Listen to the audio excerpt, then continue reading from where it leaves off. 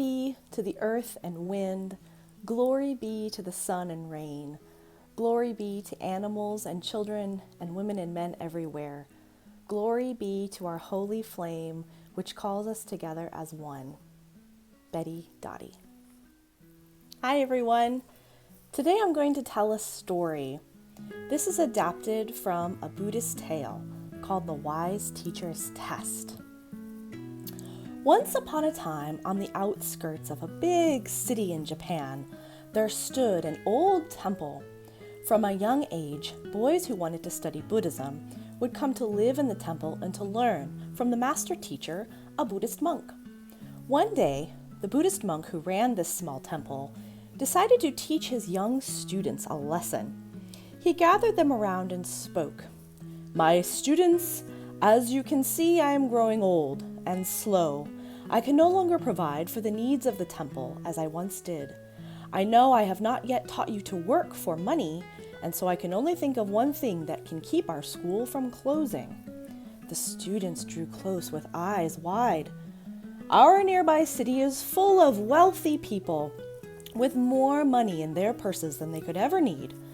I want you to go to the city and walk through the crowded streets, or when they walk down the deserted alleyways, and when no one is looking, you must steal their purses from them.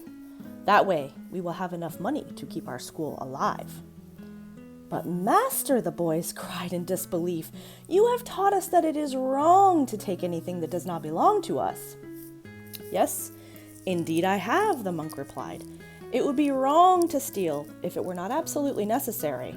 And remember, you must not be seen. If anyone can see you, you must steal. Do you understand?" The boys looked nervously from one to the other. Had their beloved teacher gone mad? His eyes shone with intensity as they'd never seen before. "Yes, master," they said quietly. "Good," he said. "Now go, and remember, you must not be seen." The boys got up and quietly began to file out of the temple building. The old monk rose slowly and watched them go. When he turned back inside, he saw that one student was still standing quietly in the corner of the room. "Why did you not go with the others?" he asked the boy. "Do you not want to save our temple?" "I do, master," the boy said quietly.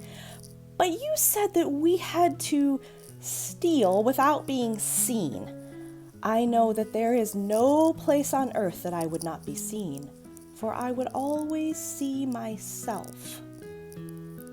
"Excellent!" exclaimed the teacher. "That is just the lesson I had hoped my students would learn.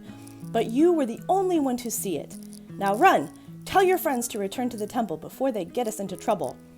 The boy ran and got his friends, who were nervously gathered just outside of the temple, trying to decide what to do.